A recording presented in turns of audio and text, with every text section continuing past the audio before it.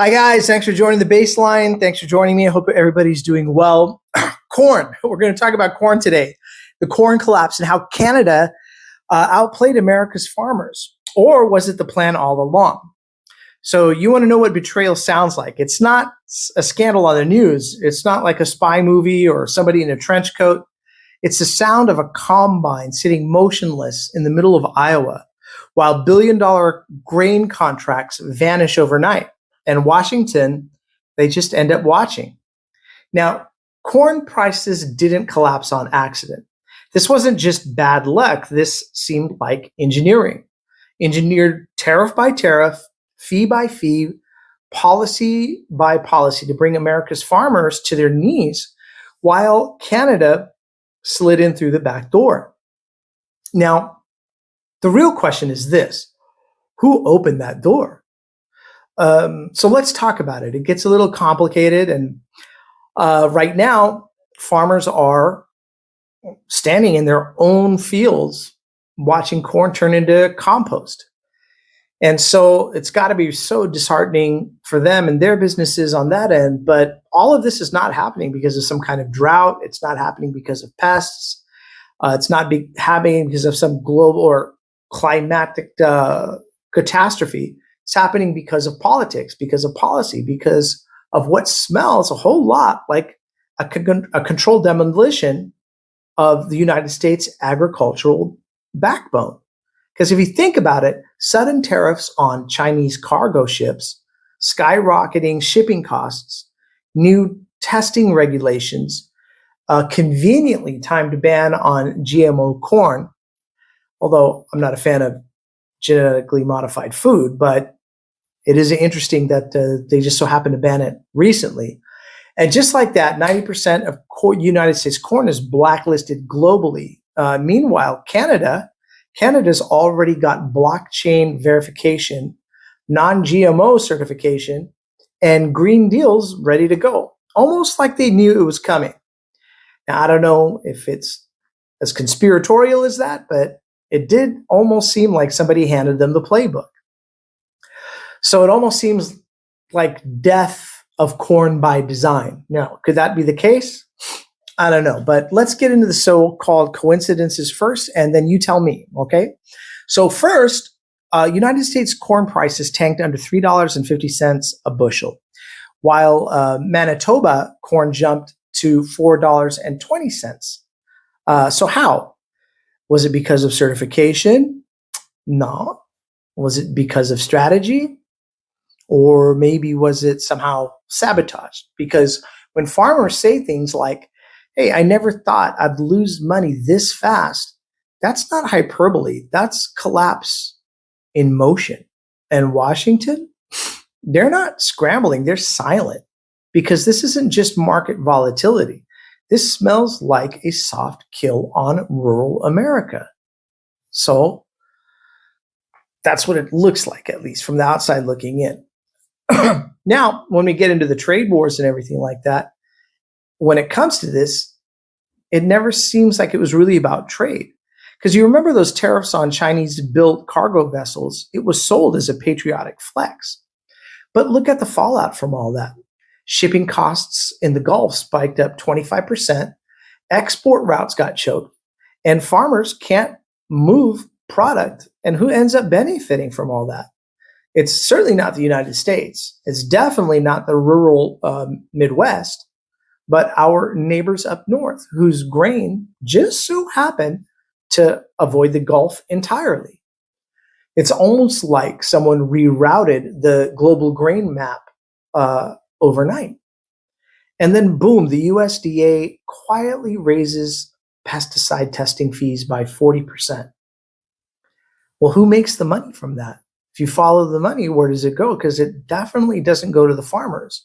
It doesn't go to the buyers, but maybe someone who benefits from fewer Americans exporting these type of products like corn. And if fewer exports are hitting the market from the United States, it definitely hurts our farmers and the United States. And then comes that GMO ban that nobody was really ready for, but it seemed like Canada was, because when February came around, there was a really big gut punch. I mean, Mexico bans genetically modified corn. That's 90% of our output just gone. And right on cue, because Asian and European feed mills followed suit. Overnight, American corn is radioactive somehow. But somehow, magically, Canada is already certified, already connected, already signing multi-year deals with Japan, with South Korea, and the EU, I think. So do you mean to tell me that they did this all in just a few weeks? I don't think so. I think they were ready because someone gave them a pretty good head start. And while U.S. farmers were sent blindfolded into a meat grinder, it just makes us look at where the paper trail might be to all this. Because if we do follow the paper trail, it's where things start to get weird. Because Canada is a prairie trace blockchain system. It's not about transparency, it's surveillance for grain. They don't just track what's in the corn, they track who grew it and how and where they did. And countries, they really seem to love it. But why do they love it so much? Because in a post-COVID world, data has ended up being currency. And whoever controls the data and the data pipeline seems to control the food pipeline and the food chain as well.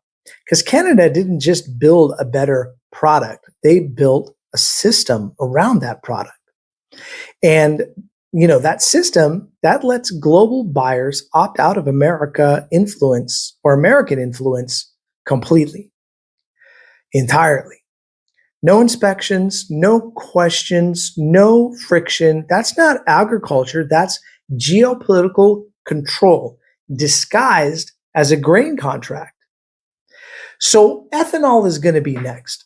And no one's talking about that because meanwhile, the US ethanol industry, the last real domestic outlet for corn, is slowly bleeding out.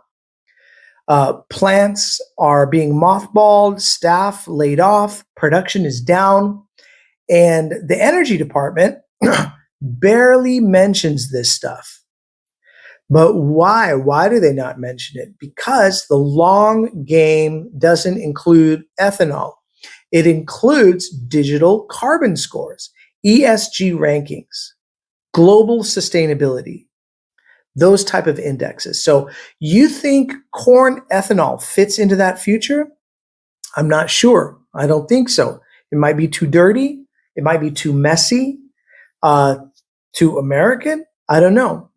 And the people pulling these strings, they seem to know it. They're letting it die quietly so no one really panics. So what's the domino effect to all this? And it feels like it's already begun because this isn't just a conspiracy. It seems like it's a supply chain strategy. And the dominoes are falling. I mean, soybeans are already being scratched off the import lists in Europe. Dairy is going to follow, I would imagine, and then beef. And then you raise livestock on dirty corn, so to speak, and suddenly your entire food label becomes a liability. Meanwhile, we have Canada, right? Canada and Australia are pledging a net zero beef by 2030, locking in future buyers while the United States is stuck in inspection purgatory. So this isn't trade policy, this is economic repositioning on a global scale. And America is being squeezed and squeezed out fast, and it seems like it's done on purpose. So was this a coordinated reset? I don't know. So what do we call it? Do we call it failure? Do we call it design? Because the playbook seems pretty clear. Raise tariffs, choke out ports, isolate the United States, flood the global market with cleaner alternatives, reroute contracts, rewrite the rules, and then cash in while the world points to climate and sustainability. The deeper game is power. Canada didn't just take the corn. they took the trust as well. Now, the contracts, the brand, all of it, I think the question that nobody really wants to ask is, did we ourselves hand it to them? Because here's what really bothers me or kind of keeps me up about this is this corn collapse. It's not even the final act, right? Because while we're looking at grain, something bigger was moving behind the scenes. Water rights, food tracing, genetic patents, and the billionaires who are quietly buying up the real source of power, these guys are going to, profit from all this as well. Because I really believe that's what's going to come next. I don't think this game is over. Not at all. I think it's just begun.